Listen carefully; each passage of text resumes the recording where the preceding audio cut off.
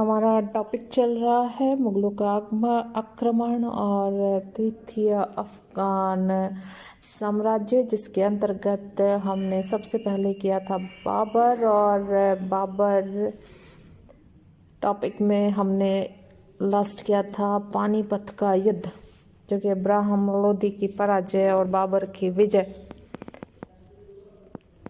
27 अप्रैल 1526 को दिल्ली में बाबर के नाम का खुतबा पढ़ा गया था। पानीपत के युद्ध के परिणाम क्या रहे? पानीपत का युद्ध यदि हम देखें तो मध्यकालीन भारतीय इतिहास की एक युगांतरकारी घटना है। इसने दिल्ली सल्तनत के स्वरूप को पूर्णतः बदल कर रख दिया। इस युद्ध के परिणाम स्वरूप लोदी वंश की समाप्ति तथा मुगलों का अभ्युदय हुआ।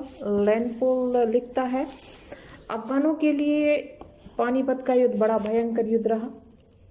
उसने उसका साम्राज्य समाप्त हो गया और उनकी शक्ति का अंत हो गया। इस युद्ध के फलस्वरूप हिंदुस्तान की सर्वोच्च सत्ता अफगानों के हाथ से निकल गई और दिल्ली में मुगल वंश की स्थापना हुई। Doctor R.P. त्रिपाठी ने लिखा है, इससे लोदी वंश का भाग्य सूर्य स्थायी रूप से उसी तरह अस्त हो गया जिस प्रकार तैमूर के हाथों तुगलक वंश का अंत हुआ था। इन्हीं मतों का समर्थन करते हुए डॉक्टर आशीर्वादलाल श्रीवास्तव लिखते हैं कि लोदियों की शक्ति छिन्न भिन्न हो गई और हिंदुस्तान की सर्वोच्च सत्ता अफगान जाति के हाथों से निकलकर मुगलों के हाथों में चली गई। मध्य एशिया में बाबर को अपने जीवन और राज्य की सुरक्षा के लिए निरंतर संघर्ष करना पड़ा और काबुल पर अधिकार होने से पूर्व तो वह दर दर भटकने वाला राहगीर मात्र रह गया था। लेकिन इस युद्ध के बाद उसका जीवन और सुरक्षित हुआ और रशब्रूक विलियम ने इसी तथ्य का समर्थन करते हुए लिखा है कि बाबर ने इधर उधर भटकने के दिन बीत गए थे और उसको अब अपने प्राणों की रक्षा के लिए अथवा सिंहासन को सुरक्षित रखने के लिए चिंतित होने की आवश्यकता न रही। उसे तो अब राज्य विस्तार की युद्ध योजनाओं में अपनी शक्ति लगानी थी। काबुल पर अधिकार होने के बाद भी बाबर की आर्थिक स्थिति में सुधार नहीं हुआ था, लेकिन जो ही वह दिल्ली और आगरा का स्वामी बना उसकी आर्थिक स्थिति अच्छी हो गई। मध्य एशिया में दर दर भटकने वाला अब भारत में मुगल साम्राज्य का संस्थापक बन गया था, जिससे भारत और मध्य एशिया में उसकी धाक जम गई। वस्तुतः इस युद्ध ने बाबर की विजय योजना का दूसरा चरण पूरा कर दिया था। भारत में कुछ पीढ़ियों तक योग्य शासकों का एक क्रम प्रारंभ हो गया और प्रशासनिक क्षेत्र में नए परीक्षण का अवसर प्राप्त हुआ।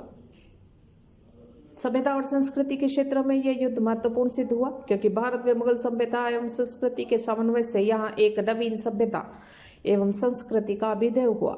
ईरानी कला और भारतीय कला के संगम ने कला को एक नया आयाम प्रदान किया। ईरानी साहित्य के प्रभाव से यहाँ नवीन साहित्यिक सर्जन शुरू हुआ। लेकिन इस विजय ने बाबर को केवल दिल्ली और आगरा का ही स्वामी बनाया था। हिंदुस्तान की विजय करना अभी शेष रह गया था। यहाँ से पराजित अफगान, बंगाल, बिहार, संयुक्त प्रांत में अपनी शक्ति को संगठित कर राजपूतों से सहयोग प्राप्त करने की योजना बना रहे थे। अतः इस दृष्टिकोण से पानीपत के युद्ध को निर्णायक युद्ध नहीं कहा जा सकता। अलबत्ता इस युद्ध ने सैनिक परिपाटी में एक नवीनता अवश्य उपस्थित कर दी थी और यह स्पष्ट कर दिया था कि तोपखाने और अश्वारोहियों के संचालन का सामंजस्य किस प्रकार पैदल और तीरंदाजों के बल को जोड़ने की सामर्थ्य रखता है।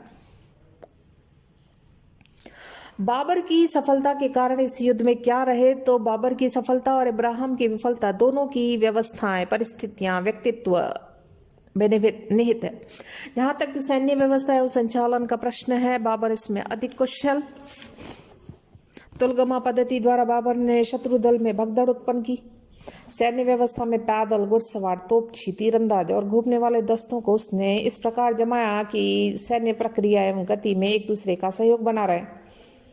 स्वयं भी सभी अंगों का समुचित निरीक्षण व संचालन करवाए। बाबर ने अपनी सेना के लिए ऐसा स्थान चयन किया जो अपनी सेना के लिए सुरक्षा उत्पन्न कर सके, लेकिन शत्रु के लिए असुविधा। जिस योग्यता में उत्साह से बाबर के सैनिक लड़ रहे थे, अफगान सेना में उसका अभाव देखने को मिलता है। स्वयं इब्राहिम एक अनुभवहीन सेनानायक था। विभिन्न दलीय अमीरों में एकता बनाए रखना और उन सभी में अनुशासन बनाए रखना इब्राहिम के लिए एक बहुत बड़ी समस्या रही। अफगान अमीर इब्राहिम की नीतियों से असंतुष्ट थे और उन्हें सुल्तान की विजय में कोई रुचि नहीं थी। पंजाब के सूबेदार दौलत खां लोधी ने तो सुल्तान के विरुद्ध बाबर को आमंत्रित किया था। सुल्तान का चचा आलम खां भी बाबर के साथ था। पंजाब में दौलत खां द्वारा आत्मसमर्पण करने के बाद इब्राहिम के अमीरों ने अपनी शुभकामनाएं प्रकट की। अधीनता स्वीकार करने हेतु दूत बाबर को भेजे थे। इस प्रकार अफगान और अमीरों का नैतिक समर्थन बाबर को पहले से ही प्राप्त हो चुका था। फिर अफगानी फौजें अपनी प्राचीन पद्धति से नवीन पद्धति का मुकाबला कर पाने में सक्षम न रही और जिससे उन्हें पराजय का मुख देखना पड़ा। अफगान अमीरों की आपसी फूट भी सल्तनत के पतन में सहायक सिद्ध हुई।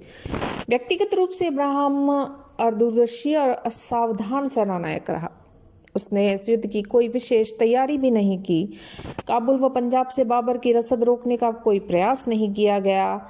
अफगान तोपखाने से परिचित थे, लेकिन उन्होंने तोपखाने को अपेक्षित महत्व ही नहीं दिया, जबकि तोपों के मुकाबले तीरों की कोई उपयोगिता नहीं रह गई थी। चूंकि अफगान सैनिक अपने ही क्षेत्र में लड़ रहे थे, अतः उन्हें किसी प्रकार का भय नहीं था, जबकि मुगल सैनिक एक नए देश में लड़ रहे थे, जिससे युद्ध उनके लिए जीवन मरण का प्रश्न था और प्रतिष्ठा का प्रश्न भी। यही कारण है कि इब्राहिम के पास यद्यपि बाबर से लगभग दोगुना सैनिक थे, किंतु युद्ध आरंभ होते ही अनेक सैनिक बिना युद्ध में भाग लिए जंगलों की ओर भाग गए। पानीपत की विजय के बाद बाबर की समस्त समस्याएं हल नहीं हो पाई थी। शत्रुओं से वो घिरा हुआ था। दिल्ली और आगरा की जनता बाबर को प्रति किसी भी तरह की सहानुभूति नहीं रखती थी और बिहार और उत्तर प्रदेश में अफगान अपनी शक्ति संगठित कर रहे थे। पानीपत में पराजित हो चुके थे वे कालापी, कन्नौज, इटावा, धौलपुर, ग्वालियर आदि स्थानों पर जाकर वहां के शासक बन बैठे थे। अतः बाबर ने अपने अधिकारियों को भेजकर इटावा, कन्नौज, धौलपुर, ग्वालियर व संभल पर अधिकार कर लिया। बाबर ने हिंदुस्तान में अपना राज्य स्थापित करने और यहाँ रहने का निश्चय कर लिया था, लेकिन उसके सैनिक व अमीर यहाँ रहने को तैयार न थे। संभवतः लूट मार के इरादे से वे भारत आए थे, अतः वे बाबर के हिंदुस्तान में रहने के निर्णय की आलोचना करने लगे। अतः बाबर ने उनके समक्ष एक जोशीला भाषण दिया।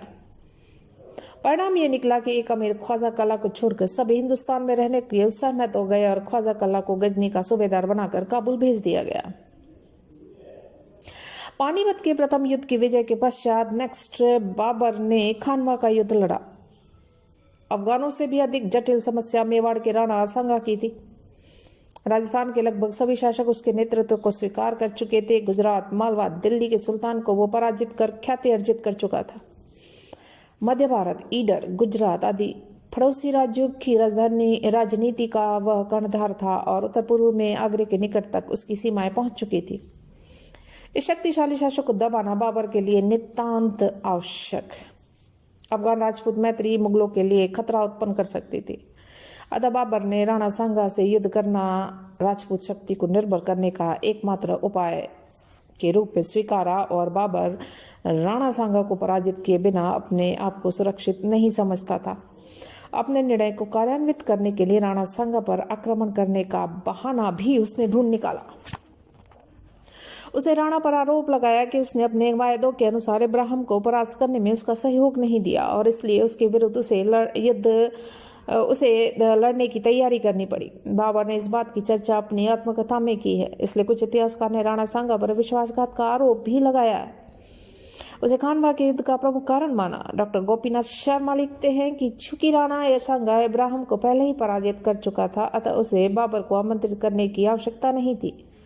राणा सांगा के सहयोग की बाबर को आवश्यकता हो सकती थी, इसलिए इब्राहिम को परास्त करने के लिए बाबर ने राणा सांगा की सहायता चाहिए थी। किंतु डॉक्टर वंदना पराशर ने लिखा है कि खानवा के युद्ध के पहले बाबर ने राजस्थान के शासक सलहिंदी तंवर के माध्यम से संधि करनी चाहिए थी, किंतु राणा ने उसके प्रस्ताव को ठुकरा दिया।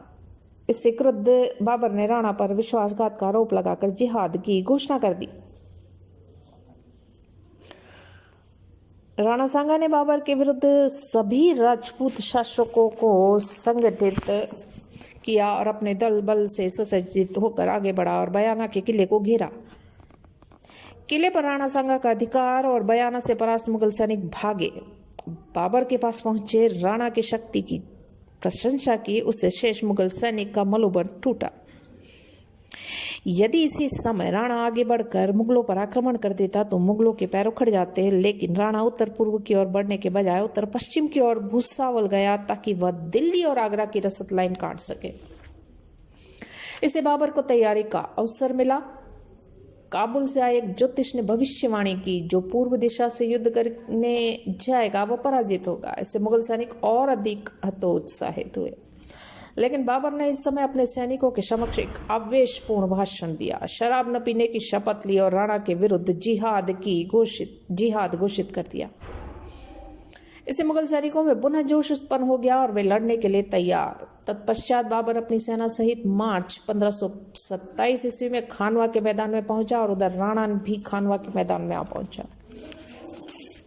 बाबर ने अपनी सैन्य व्यवस्था पानीपत के ढंग पर ही की और राणा ने परंपरागत राजपूती ढंग से 16 मार्च 1527 को राणा ने अपने बाएं दल को मुगलों पर आक्रमण करने का आदेश दे दिया और यह आक्रमण इतना तीव्र था कि एक बार तो मुगलों के हौसले ही पस्त हो गए। मुगलों की तोपों की मार से राजपूतों में भगदड़ मच गई और इस अवसर पर मुगलों के तोपखाने व घुड़सवारों ने तीव्रता दिखाई और शत्रु दल को तितर बितर कर दिया। दिन के अंतिम प्रहर में राणा के सिर में तीर लगने से राणा बेहोश मूर्छित अवस्था में युद्ध क्षेत्र से हटाकर बसवा भेज दिया गया। तत्पश्चात राजपूतों ने सादड़ी के झाला अज्ज के ऊपर छत्रा आदि लगाकर राणा के हाथी पर बैठा दिया ताकि राणा को अनुपस्थित देखकर राजपूत सैनिक भागने न लगे। लेकिन राजपूत सेना में यह समाचार फैल गया, जिससे भगदड़ मची। बाबर की निर्णायक विजय हुई और इस विजय के बाद बाबर ने गाजी की उपाधि धारण की। राजपूतों की पराजय के कारण खानवा के युद्ध में राजपूतों की पराजय हुई, उसके पीछे कुछ विशिष्ट कारण रहे। इसमें कोई संदेह नहीं कि राणा सांगा वीर साहसी, किंतु उसे नए सैन्य संगठन और संचालन पद्धति का परिज्ञान नहीं था। नवीन प्रणाली के विरुद्ध राणा की परंपरागत रूढ़िवादी सैन्य व्यवस्था निर्बल सिद्ध हो गई। बाबर की तुलगमा पद्धति बड़ी कारगर साबित हुई। बाबर के तोपखाने अश्वारोहियों का तारतम्य इतना निराला, उसके सामने हाथियों व पैदलों की कतारें निरर्थक सिद्ध हो गई। बाबर एक स्थान पर खड़ा होकर अपने सैनिकों पर पैनी दृष्टि रखता था ताकि आवश्यकता पड़ने पर शीघ्र आक्रमणकारी दस्ता घटना स्थल पर भिजवा सके। लेकिन राणा स्वयं हाथी पर सवार होकर युद्ध भूमि पर उतरा। शत्रु दल ने उसे लक्ष्य बनाकर घायल कर दिया और राजपूत सेना एक नेता के अधीन संगठित नहीं थी, बल्कि विभिन्न राजपूत राजाओं व सरदारों के अधीन। राणा के युद्ध क्षेत्र से हटते ही राजपूतों में सामाजिक, सामंतिक और व्यक्तिगत नेतृत्व ने बल पकड़ा और मुगलों के लिए ऐसी बिखरी हुई सेना को धराशायी करना कोई विशेष कठिनाई न रही। राजपूत बिना सोचे समझे युद्ध में कूद पड़ते थे, जबकि मुगल कुशल रणनीति जानते थे। इसके अतिरिक्त बाबर के तोपखाने ने राजपूतों के तीरों की गति को कुंठित कर दिया। राणा सांगा ने बयाना विजय के बाद एक भयंकर भूल की थी। वह लंबे मार्ग से विजय का प्रदर्शन करता हुआ खानवा पहुंचा, जिससे बाबर की सेना को युद्ध की तैयारी का पर्याप्त समय मिल गया। निकट मार्ग को अपनाकर युद्ध स्थल पर पहुंच जाता तो मुगलों के गिरे हुए मनोबल का लाभ उठा सकता था।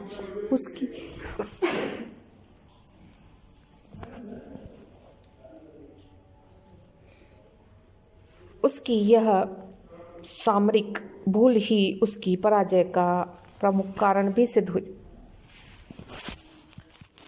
कुछ इतिहासकार मानना है कि सलहिंदी तवर जो सांगा के पक्ष में लड़ रहा था, युद्ध के दौरान बाबर से जा मिला और फलस्वरूप राणा का पक्ष निर्बल हो गया, अंत में पराजित हुआ। लेकिन डॉक्टर गोपीनाथ शर्मा के अनुसार सलहिंदी ने राणा की पराजय के बाद अपना पक्ष बदला था और सलहिंदी द्वारा पक्ष बदलना अपने आप में कोई महत्व नहीं रखता। डॉक्टर शर्मा का यह मत उचित प्रतीत नहीं होता, क्योंकि निजामुद्दीन ने लिखा है कि किसी अदृश्य सेना ने मुगलों की सहायता की। इससे प्रतीत होता है कि ऐसी घटना हुई अवश्य थी। यदि भी राणा की पराजय की परिस्थितियां अन्य तत्वों में भी निहित थी, लेकिन इस तत्व की भी पूर्ण रूप से उपेक्षा नहीं की जा सकती। खानवा युद्ध के परिणाम। खानवा का युद्ध पानीपत से कहीं अधिक महत्वपूर्ण। खानवा की पराजय ने न केवल राजपूत संघ को शक्तिहीन किया, अपितु राजपूत राज्यों की मुगलों के समक्ष शक्तिहीन कर दिया। अगले 200 वर्षों तक राजपूत शासक संघ का निर्माण नहीं कर सके। इस युद्ध के बाद मुगल शक्ति को इतने विशाल पैमाने पर किसी संगठित शक्ति ने चुनौती नहीं दी। कई राजपूत वीरों के धराशायी हो जाने से कुछ समय तक मुगलों के राजपूत शक्ति का भय नहीं रहा और उन्हें उत्तरोत्तर विकास करने का अवसर भी मिल गया। इस संदर्भ में डॉक्टर S.R. शर्मा लिखते हैं कि राजपूतों की सर्वोच्चता का भय जो गत 10 वर्षों से मंडरा रहा था वह सदैव के लिए समाप्त हो गया। पानीपत की विजय के बाद भी बाबर की स्थिति कमजोर थी, लेकिन खानवा की विजय ने उसे उत्तरी भारत का निष्कंटक शासक बना दी। अब बाबर के लिए विद्रोही अफगानों को दबाना आसान हुआ। रशब्रुक विलियम ने इस युद्ध का सर्वाधिक महत्वपूर्ण परिणाम यह बताया कि इस युद्ध विजय के बाद बाबर की शक्ति का आकर्षण केंद्र काबुल से हटकर हिंदुस्तान हो गया। जहां तक इसके राजनीतिक परिणाम का प्रश्न है, भारत से विदेशी आक्रांताओं को निकालने में राजपूतों के प्रयत्न सफल न हो सके और अब उन्होंने गुजरात, उत्तर और मध्य भारत में अपनी राजनीतिक प्रभुत्व स्थापित करने का फिर कभी प्रयास नहीं किया। डॉक्टर गोपीनाथ शर्मा लिखते हैं कि यह मानना भूल होगी कि इस युद्ध ने राजपूत शक्ति को हमेशा के लिए कुचल दिया था, बल्कि बाबर ने इस युद्ध से सबक सीखा और उसने भी फिर कभी राजस्थान पर आक्रमण करने का विचार नहीं किया। जहां तक इसके सैनिक परिणाम का प्रश्न है, राजपूतों को मुगलों की नवीन युद्ध प्रणाली को देखने का अवसर मिला, लेकिन दुर्भाग्यवश राजपूतों ने बदली हुई परिस्थितियों में भी नवीन युद्ध प्रणाली की उपेक्षा की और परंपरागत रूढ़िवादी पद्धति से चिपके रहे।